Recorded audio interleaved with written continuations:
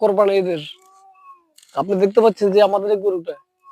সুপ্রিয় দর্শক, সামনে যেহেতু গরু কোরবানির সিজন, সেহেতু গরুর চাহিদা আছে, তাই গরু মোটা তাজা করানোর জন্য আপনাদেরকে কিছু কিছু টিপস দিব আমি।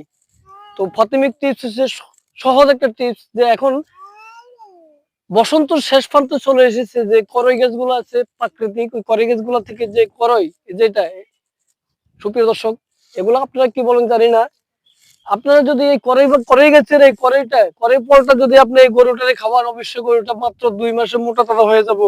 10,000 টাকার গরু 1 লাখ টাকা বিক্রি করতে পারবেন দর্শক। তো আমি আজ নিয়ে এসেছি, দেখতেছেন আমি মাত্র 15 দিন খাবিয়েছি, এগুলো 80-90 কেজি হয়ে গেছে, দেখতেছেন কি মোটা তাজা হয়েছে।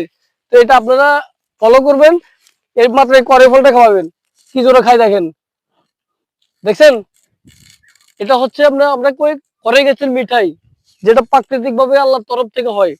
তো আমার এই গরুটা যেভাবে মোটা তাজা হয়েছে, আপনারা অবশ্যই এভাবে খাওয়ানোর চেষ্টা করুন, মাত্র প্রত্যেকদিন 10টা করে।